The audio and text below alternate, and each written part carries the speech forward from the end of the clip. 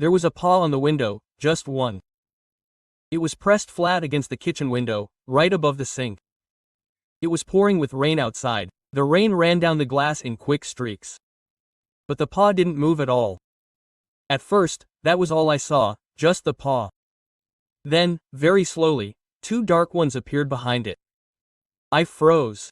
Outside, it was a typical summer storm, like we sometimes get here. The sky was blindingly white, the wind was gentle. Everything was shrouded in thick fog. The power had gone out about 20 minutes ago. I was in the kitchen, looking for candles, searching for matches, and then this paw. I went closer to the window. There he was, a puppy, a German shepherd, maybe 8 months old, maybe younger, soaking wet. Black and brown fur stuck to his skin, his ears half pressed down by the rain. He stood on his hind legs, one demanding paw on the glass. His head tilted slightly, as if he was trying to understand us, as if he wanted us to understand him. I didn't think. I simply opened the door. He didn't bark, he didn't run away.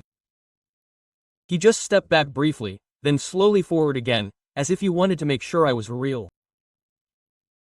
"Hey, buddy," I said quietly, crouching down. "Where did you come from?" Of course he didn't answer, but he didn't look away either. His eyes stayed on mine, as if he needed something I didn't understand yet.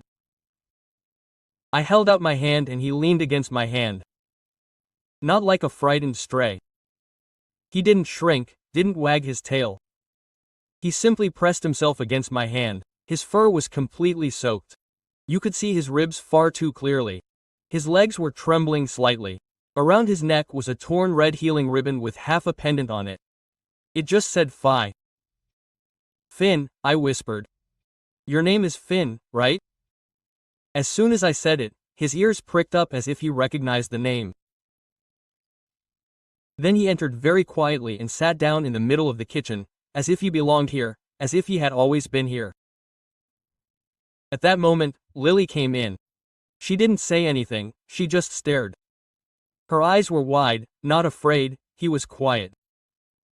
She hardly speaks since we lost her brother last year. She hasn't smiled in months. Thunderstorms only make it worse. Then she hides in the closet, wraps herself in blankets, withdraws completely, but now she just looked at him. Finn turned his head slowly, didn't come any closer, didn't wag his tail. He just stayed seated. Very quiet. Lily took 2 small steps forward. Then she sat down too, directly across from him. Her knees were drawn up, her little hands in her lap. His fur was still dripping. The water had collected on the floor between them. Neither of them said anything. Neither moved. But I swear there was something between them. Such a quiet connection, a silent understanding. I wasn't really part of that moment. Not really. Then Lily whispered something I hadn't heard in almost a year. "He looks like Max." Max, her brother, she said it quietly, as if it hurt but at the same time helped, as if it made the pain a little bit easier to say his name. Finn didn't move, didn't break eye contact. He slowly lowered his head, calm and gentle, and placed both front paws in front of him. Lily leaned forward and touched his left paw. He didn't pull away. She just sat there, completely still, for more than 10 minutes. Her small hand rested on his paw, as if she were holding on to something she had no words for. I didn't say anything, I just stood in the doorway and watched. The only sounds were the rain outside and her breathing. Thunder crashed again, loud and sharp. But Lily didn't flinch.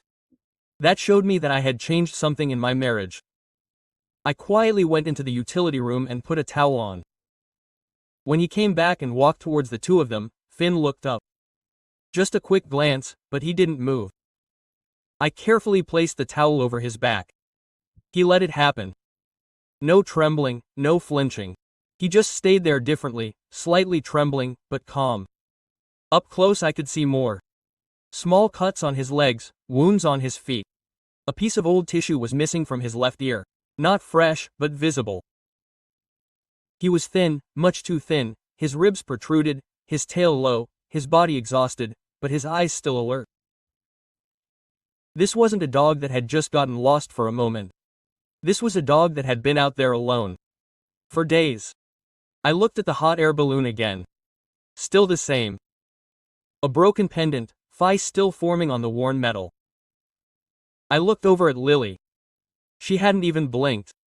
She was still looking at him, as if he would disappear if she looked away. "We should go and check on Chip," I said quietly. She didn't answer, but her fingers moved on his paw. Then Finn moved. He leaned forward carefully, his forehead pressed against her shoulder, and Lily put her arms around him. Not timidly, not like a strange dog. She held him tight. Her face buried in his wet fur, her arms around his neck, as if she never wanted to let him go again. A soft noise came from her, a small breath, a sob. And then the tears came. Not loud, not desperate, just deep, as if something had finally been released inside her. And Finn remained completely still. He let her cry, let her lean on him, as if she needed him, as if that were his job. I knew then that this wasn't just a stray dog. He hadn't run away from anything. He had been on his way to someone. I didn't know how he had found us or why exactly he had come here. But I did know one thing. He had come for us and now he was staying. I called a vet, a friend. She said she could come over as soon as the storm was over to check him and scan him for a chip. While we were waiting, I went into the garage.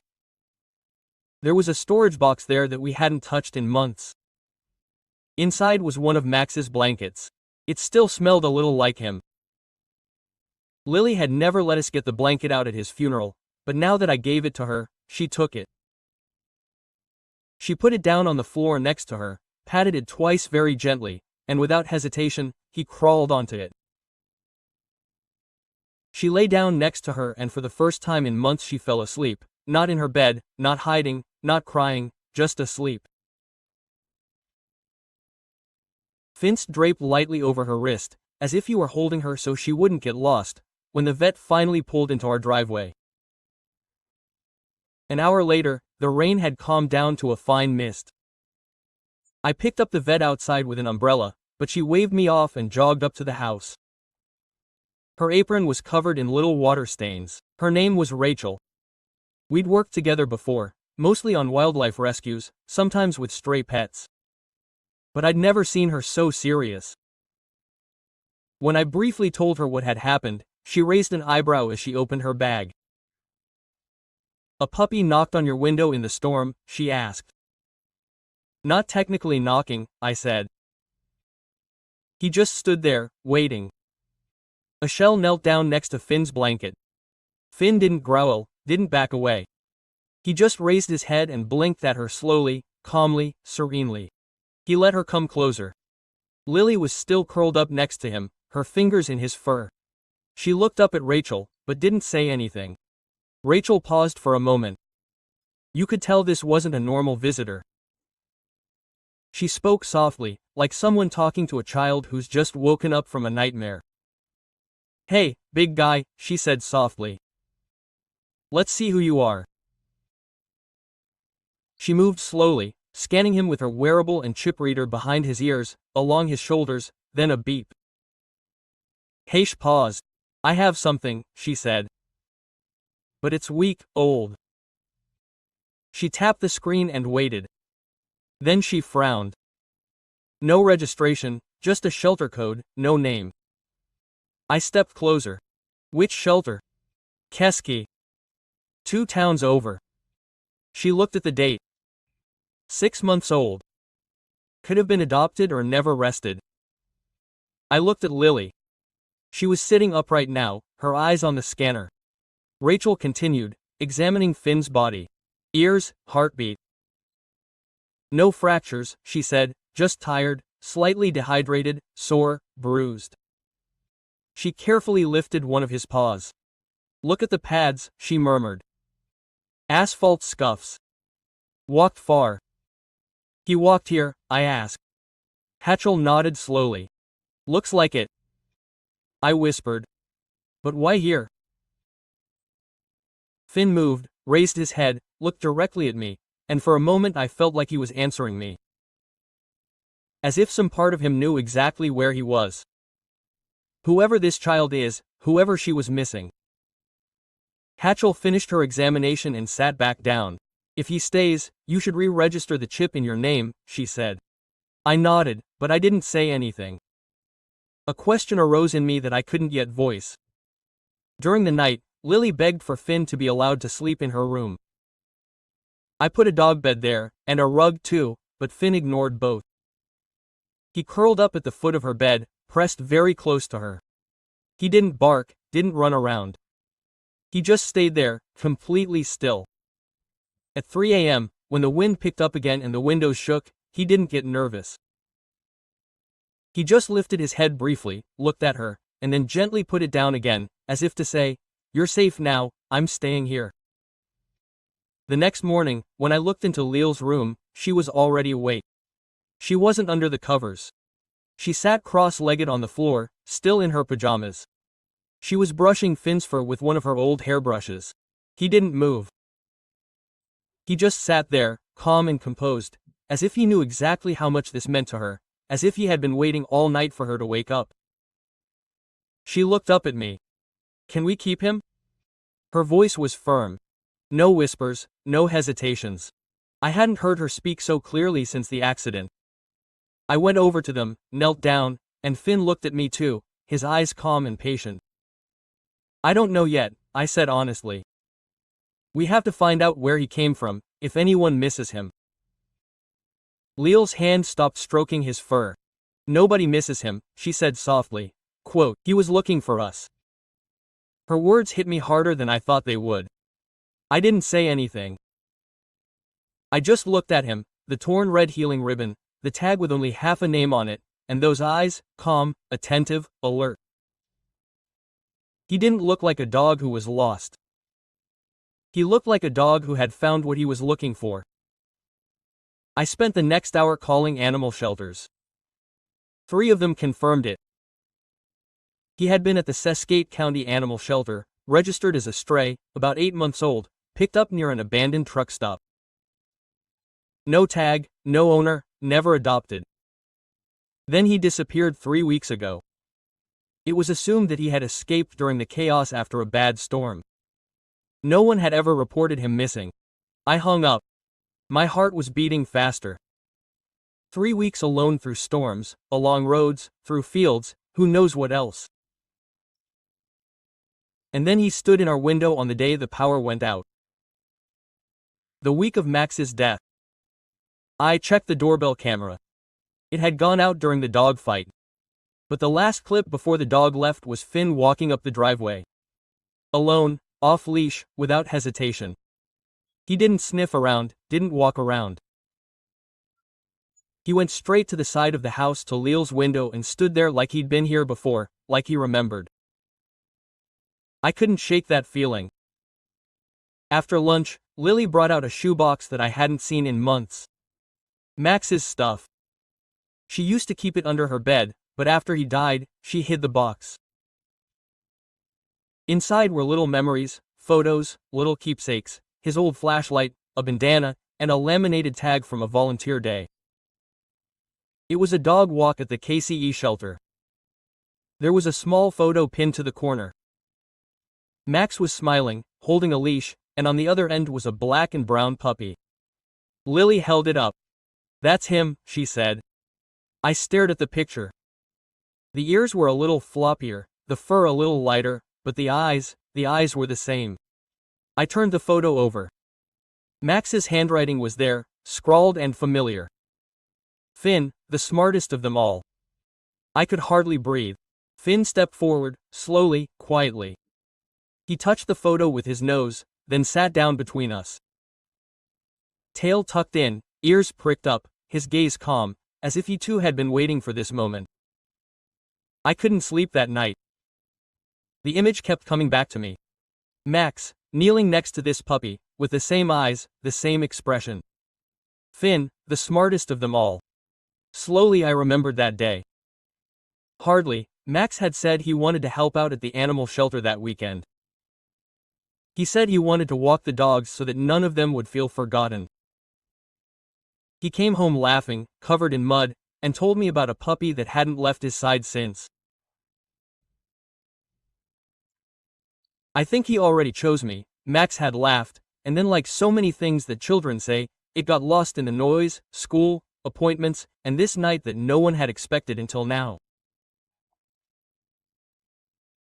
I sat at the kitchen table with the photo, the broken trailer, and 100 questions, but one kept bothering me. How did Win find his way back to us? I looked out the window. The storm was over. The grass was wet, the sun was low, and outside were Lily and Finn. She was barefoot, laughing. Finn was chasing a rubber ball she had found in the shed.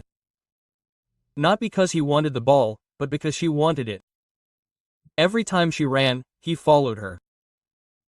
Every time she slowed down, he adjusted. It wasn't obedience, it was understanding, it wasn't training, it was connection. Later that afternoon, Rach came by again. She brought paperwork with dog food, a portable chip reader, and a small stack of adoption forms. I wasn't ready to read the words on the adoption form. "You keep him," Rachel said when she came in. It wasn't a question. "I don't think you have a choice," I said quietly. She sat down across from me. "You have a daughter who stopped talking, a dog who went through hell to find her, and a photo that proves this wasn't a coincidence." She slid the form in front of me. "He's not just a rescue dog. He's already home." I signed it. Later that night, Lilf was wrapped in a blanket. Not Max's, one of her own. She put it next to her bed, then changed her mind and pulled her up onto the bed. Finn didn't even hesitate. He jumped up, curled up at her feet, and rested his head on her ankle, like that was where he'd always been. I left the door ajar. I saw it just before midnight. Finn stood up, went to the small bookshelf across from Lilf's bed, and got something down. Max's flashlight. He carried it back to the ceiling and lay down as if he knew that it wasn't a toy but a memory, a present, and that it belonged right here. The next morning, the flashlight was still there, carefully tucked under Finn's chin, like a worn-out stuffed animal. When I looked in, Lily was still asleep. Her arm was draped over Finn's side, as if they had grown together overnight. The moment was fragile, like breath on glass. I didn't dare disturb it. I went downstairs, poured myself a coffee, and sat there quietly. So much had happened. Max, the photo at the shelter, the long walk, the storm, Finn, and how he had known. None of it made logical sense, but my heart didn't need logic anymore. Ever since the accident, all it wanted was connection, all it wanted was meaning. And somehow Finn had provided both. Around 9, Lily came downstairs, barefoot, with Finn's leash in her hand, even though he wasn't wearing a collar. "We're going for a walk," she said simply.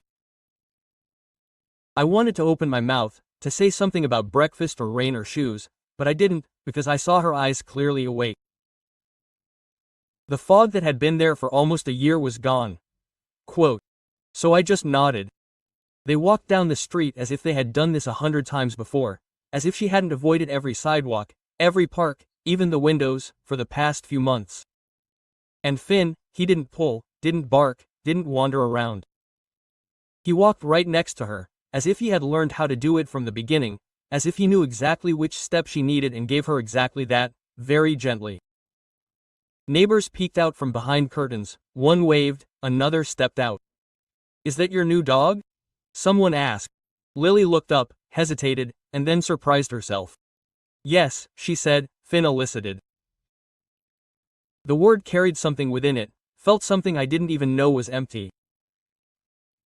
I followed them quietly, watching them move in unison. A girl who had lost her voice, a dog who had lost everything, and somehow they had found each other. Halfway there, Finn suddenly stood up, his tail stiff, his nose in the air. Lily stopped too, watching him. He turned sharply in the direction of the park.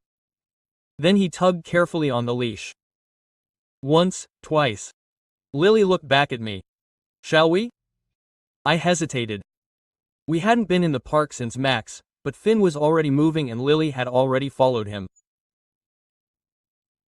So we crossed the street, walked under the trees, past the swings, past the sandbox, all the way to the end, where the path leads down to the stream. There I see it. A small wooden gate, half sunk into the ground. Next to it a hand-painted sign. The letters had faded from the sun and rain, but you could still read them. Daddy Patrol Max Trailbuds. I had forgotten. That was the summer project Max wanted to start. 1 walk a week, 1 child, 1 shelter dog. He could only do it twice, but someone had remembered. And somehow Finn too. Lily knelt down in front of the sign as if it were a secret that was there just for her.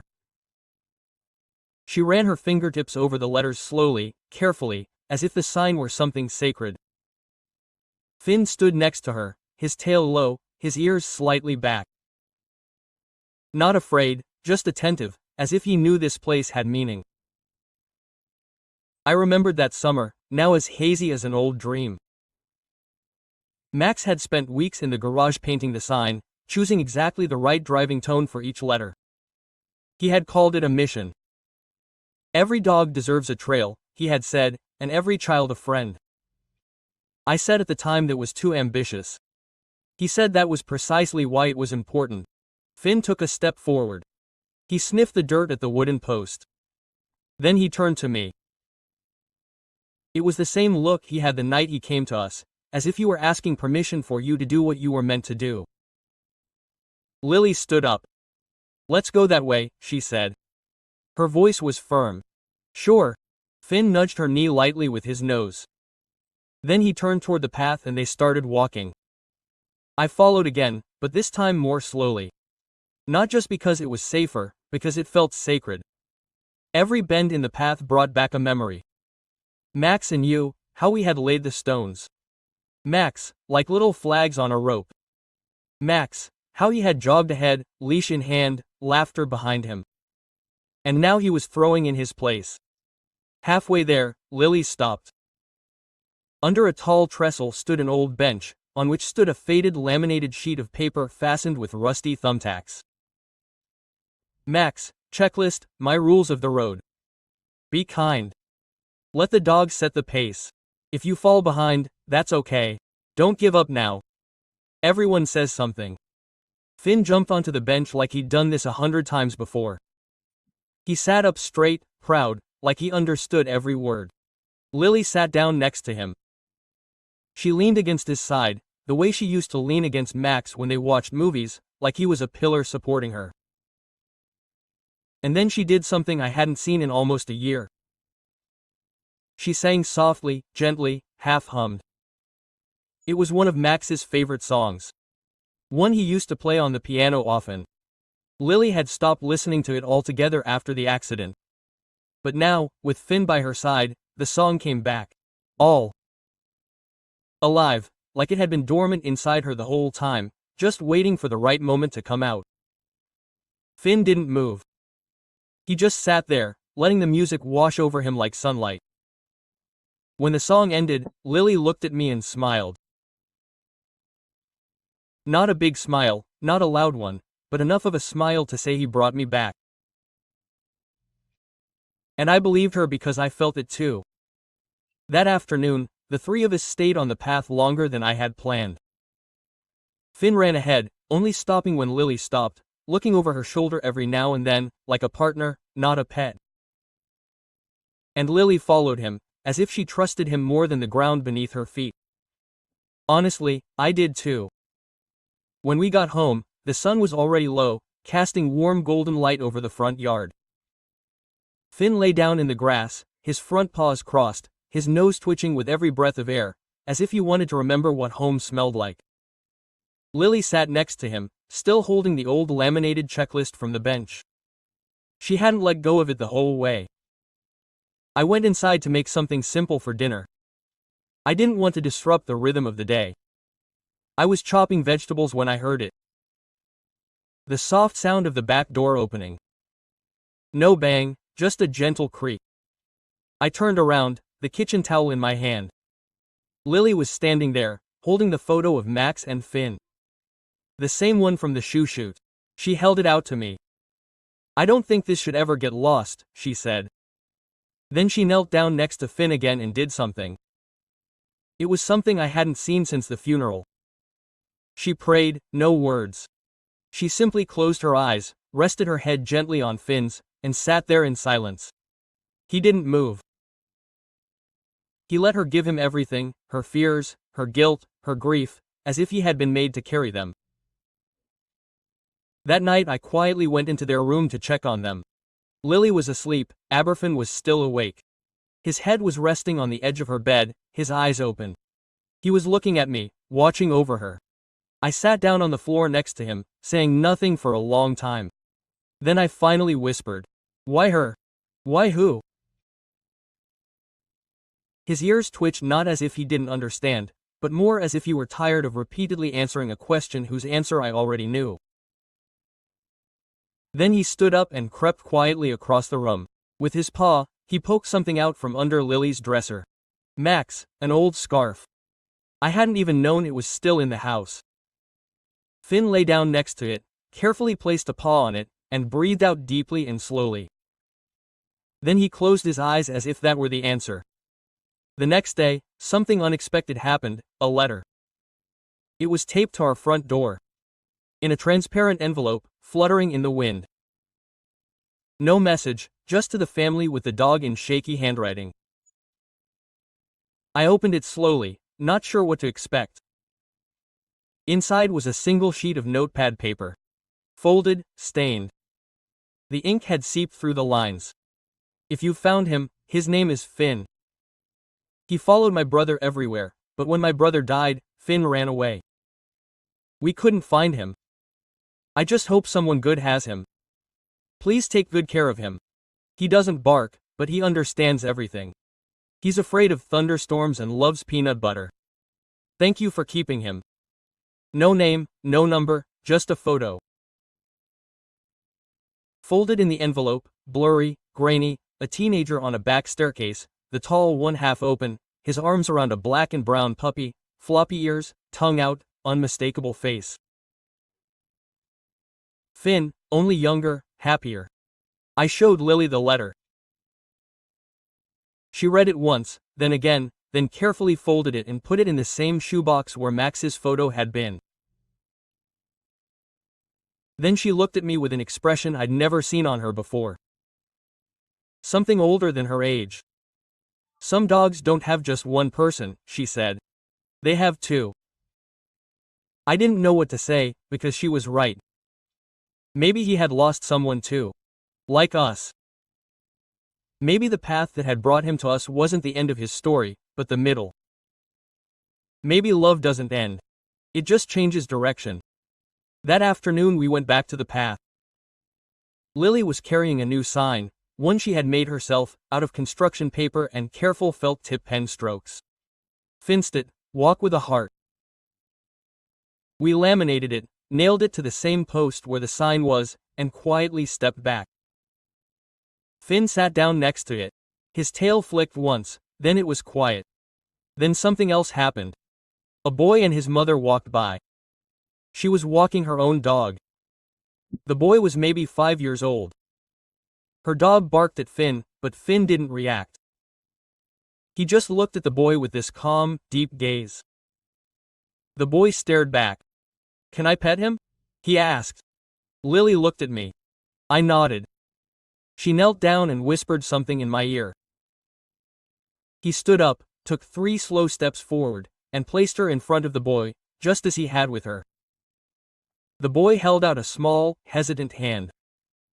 Finn leaned forward and gently pressed his head against the boy's chest. The boy giggled, and his mother began to cry. It wasn't just Leel's act anymore.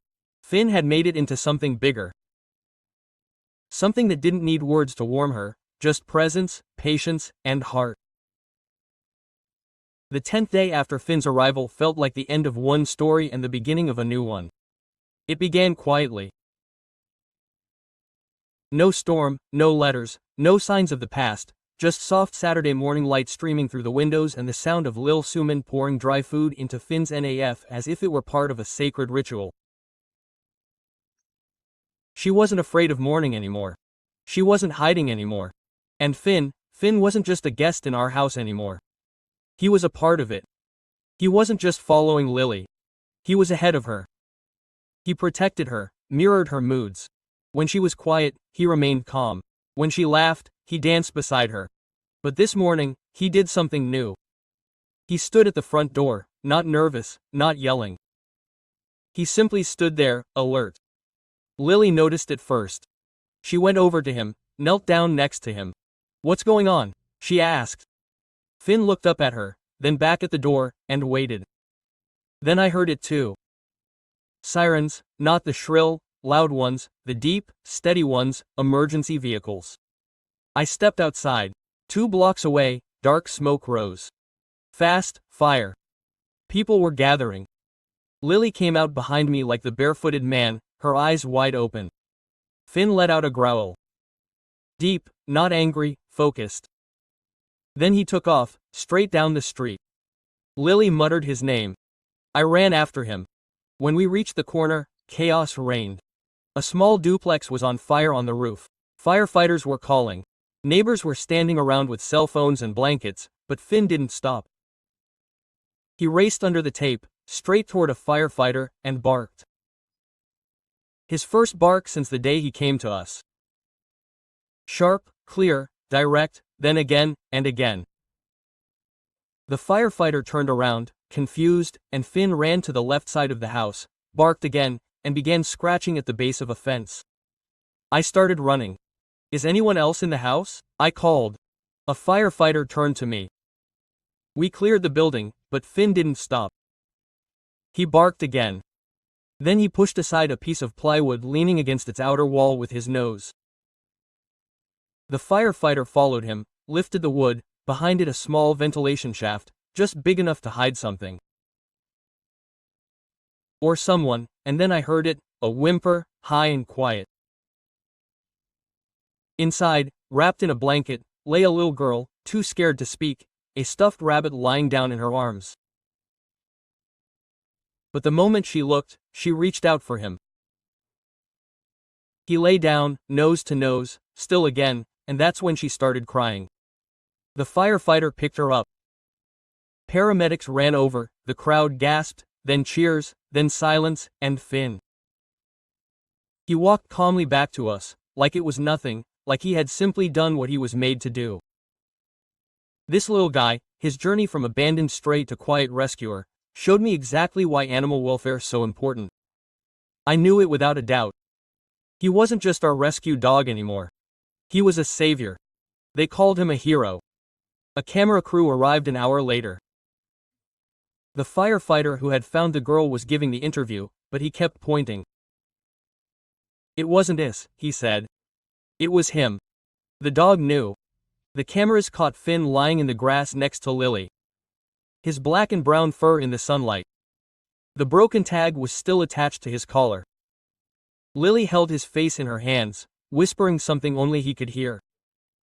She wasn't afraid of attention anymore, not with Finn by her side. Later that evening, a woman knocked on our door.